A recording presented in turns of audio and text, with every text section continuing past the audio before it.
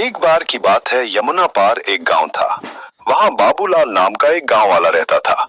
फिर एक दिन उसकी शादी सुनीता से होती है। बाबूलाल बहुत खुश था क्योंकि उसे दहेज में मोटरसाइकिल मिलती है। वाह वाह, मेरी तो लॉटरी लग गई। अरे नहीं, मोटरसाइकिल मिल गई।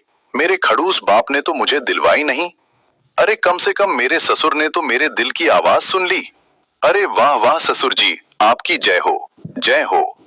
फिर सुनीता उसे खिड़की पर खड़ी देख रही होती है। अजी रात के 12 बजे बज गए हैं, अब अंदर भी आ जाइए। मोटरसाइकिल को ही चमकाते रहेंगे या मेरी तरफ भी ध्यान देंगे? आज हमारी शादी की पहली रात है जी, अंदर आइए ना। मैं कब से आपका इंतजार कर रही हूँ। हाँ हाँ भाग्यवान, अरे अभी आया। बाबूलाल बहुत खुश था, लेकिन उसे क्या पता था कि उस रात उसकी जिंदगी बदलने वाली है। फिर बाबूलाल घर के अंदर चला जाता है। वहीं पास के जंगल से एक तांत्रिक गुजर रहा होता है। उसके हाथ में एक लोटा होता है। उस लोटे के अंदर उसने एक चुड़ैल को पिछले 20 सालों से कैद किया होता है। तभी उस तांत्रिक का पैर एक पत्थर से टकराता है और वो लोटा उसके हाथ से नीचे गिर जाता है और टूट जाता है। तभी वो चुड़ैल आजाद हो जाती है। अरे नहीं, ये मैंने क्या कर दिया? हे भगवान, अब क्या होगा? तभी वो तांत्रिक डर के मारे वहां से भाग जाता है। आखिरकार मैं आजाद हो ही गई। तभी वहां से एक मोटरसाइकिल वाला गुजरता है। चुड़ैल को सामने खड़ा देखकर वो डर जाता है और उसकी मोटरसाइकिल पेड़ से टकरा जाती है। आह, अरे ये चुड़ैल कहां से आ गई? उस चुड़ैल को देखकर वो गांव वाला अपनी मोटरसाइकिल वहीं छोड़कर भाग जाता है। अरे रुक, भागता कहाँ है? मुझे बहुत प्यास लगी है। तेरा खून पीकर मैं अपनी प्यास बुझाऊंगी। रुक डरपोक। फिर वो गांव वाला भागता हुआ जंगल की ओर चला जाता है। ये भी गया। मुझे बहुत प्यास लगी है, अब मैं अपनी प्यास कैसे बुझाऊं? तभी चुड़ैल को मोटरसाइकिल से गिरे हुए पेट्रोल की खुशबू आकर्षित करने लगती है। वाह, कितनी प्यारी खुशबू है। ये क्या चीज है?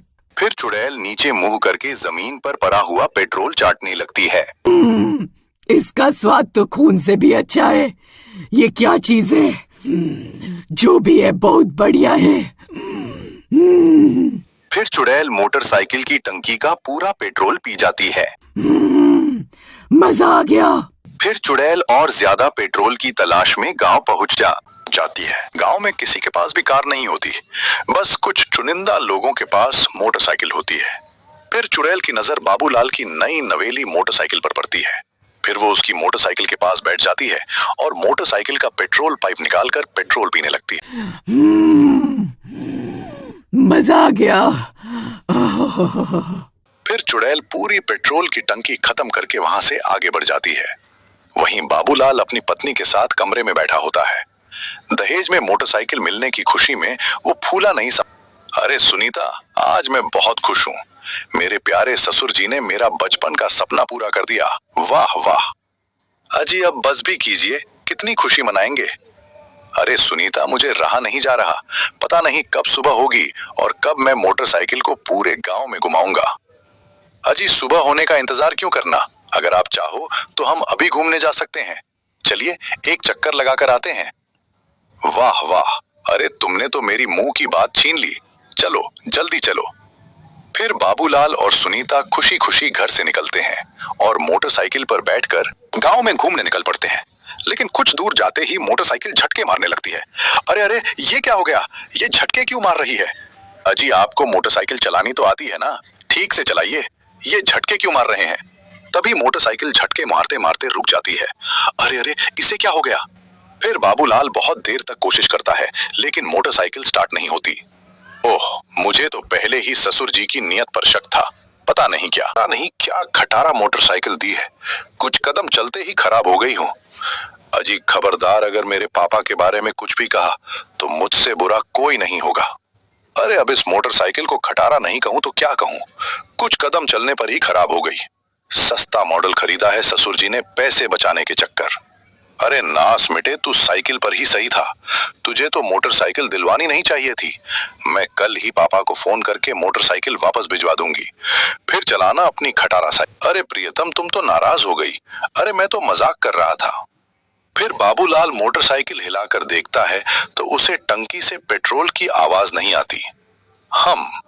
लगता है पेट्रोल खत्म हो गया है। ओहो, लगता है ससुर जी ने सिर्फ 10 रुपए का ही पेट्रोल गलवा कर दिया था, तभी 10 कदम भी नहीं चली।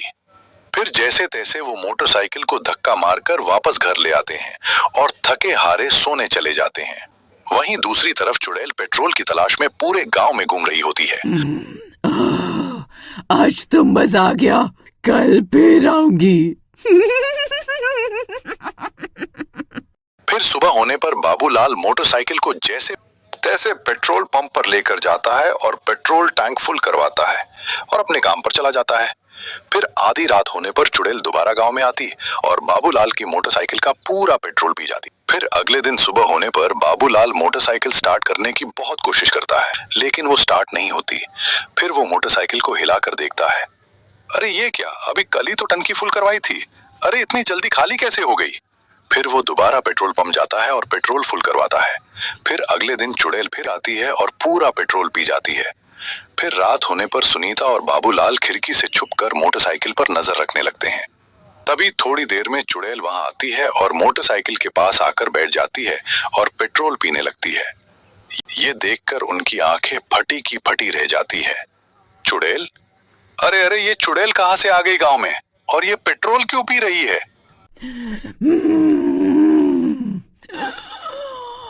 मजा आ गया। फिर चुड़ैल पूरी टंकी खाली करके वहां से चली जाती है। फिर उसके जाने के बाद बाबूलाल भागकर वहां जाता है। अरे चुड़ैल, तेरा नाश मिटे। अरे मेरा पूरा पेट्रोल पी गई। अरे इतनी मुश्किल से तो मेरे ससुर ने मुझे मोटरसाइकिल दिलवाई है, उस पर भी तेरी काली नजर पड़ गई। हे, फिर पूरे गांव में चुड़ैल की खबर मिल जाती है। सब मोटरसाइकिल वाले चुड़ैल से परेशान हो जाते हैं। अरे भाई, एक तो पेट्रोल 95 रुपए लीटर हो गया है। सरकार इतना महंगा पेट्रोल बेचकर हम गरीबों का खून पी रही है, और ये चुड़ैल हमारा पेट्रोल पी रही है। अरे भाई, मैं तो कहता हूँ मोटरसाइकिल में पेट्रोल डलवाना बंद कर देते हैं। जब उसे पेट्रोल नहीं मिलेगा तो अपने आप गांव छोड़कर चली जाएगी। हाँ, तुम सही कहते हो भाई। आज के बाद कोई भी मोटरसाइकिल में पेट्रोल नहीं डलवाएगा। फिर रात होने पर चुड़ैल वापस गांव में आती है। सब गांव वाले चुप छुप कर चुड़ैल को देख रहे होते हैं। फिर चुड़ैल बारी बारी से हर मोटरसाइकिल के पास जाती और पेट्रोल पीने की कोशिश करती, लेकिन किसी भी मोटरसाइकिल में पेट्रोल न होने की वजह से उसे गुस्सा आ जाता है। फिर वो गांव वालों का दरवाजा खटखटाने लगती है। ए गांव वालों, खोलो दरवाजा, अब मैं तुम्हारा खून पीकर अपनी प्यास बुझाऊंगी। अरे अरे, मर गए रे। अरे ये दांव तो हम पर ही उल्टा पड़ गया रे। अरे अब ये नास मीठी चुड़ैल तो पेट्रोल की जगह खून पीने की बात कर रही है। अरे अब क्या होगा। अजी आप घबराइए नहीं, मेरे पास एक तरकीब है। फिर सुनीता खिड़की पर जाती है और चुड़ैल से माफी मांगती है। चुड़ैल जी, हमें माफ कर दो, आप आज वापस चली जाओ, कल आपको पेट्रोल मिल जाएगा। ठीक है, मैं जा रही हूँ, लेकिन मैं कल फिर आऊंगी। हे भगवान, अरे अरे, ये किस मुसीबत में फंस गए हम। आने दो इस चुड़ैल को कल दोबारा, इससे मजा मैं चखाऊंगी। फिर अगले दिन सुनीता मोटरसाइकिल की टंकी में गंदा जल भर देती है और वो दोनों चुड़ैल के आने का इंतजार करने लगते हैं। फिर आधी रात होते ही चुड़ैल दोबारा पेट्रोल पीने आ जाती है। अच्छा हुआ तू आ गई चुड़ैल, अब तुझे मजा आ जाएगा। फिर चुड़ैल पेट्रोल समझकर गंगा जल पी जाती है। गंगा जल पीते ही उसकी हालत खराब हो जाती है और वो तड़पने लगती है। कमबख्त, तो ये क्या पिला दिया मुझे। ये पेट्रोल नहीं, गंगा जल था, गंगा जल। गंगा जल, अरे नहीं। लो, अब तुम्हारी मुक्ति का समय आ गया है। फिर चुड़ैल जलकर राख हो जाती है और उसे मुक्ति मिल जाती है। और ऐसे ही वीडियो देखने के लिए हमारे चैनल को सब्सक्राइब करें और वीडियो को शेयर करें।